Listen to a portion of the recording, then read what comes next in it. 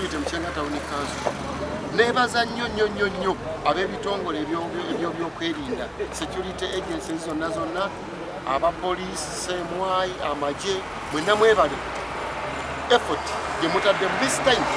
I appreciate siteranze kusiima service mu mayimera mu kukuruma, but this time round I appreciate that. Thank you so much for the work you've done diligently.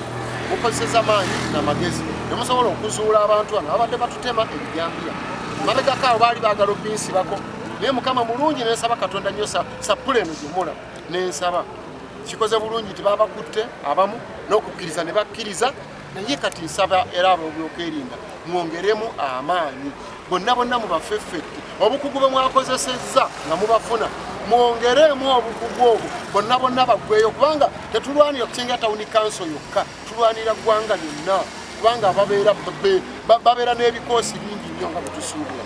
So boogere bannaabwe bavunaanibwe, ekyo nakyo ekitema abantu kive mu ddiro, abantu batalina misango baleme kibasibako. So neyanzeege omukyala yali ayagala oginsibako amutaka Yesu, naye Mukama yannyamba nti nze bw'olwanyisa Walukagga oba olwanyisa Katonda, ekyo kyegendereze gyeka Yesu wajja ekyengera.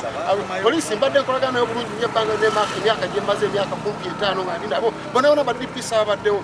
Gwe nojja mangu nnyo n'ogamba Walukagga simanya yakola hate speech, simanya yagetinga involved mu bijambiya, nze olaba kisoboka kubanga bw'olina personal interests zo so osobola ogiviiramu ddala n'ogenda nga wapoliisi obukolera mu America oba UK muno mu Uganda n'ovaamu nze tonwanyisa kubanga Katonda ye alwana entalo z'abo abatalina ki misango.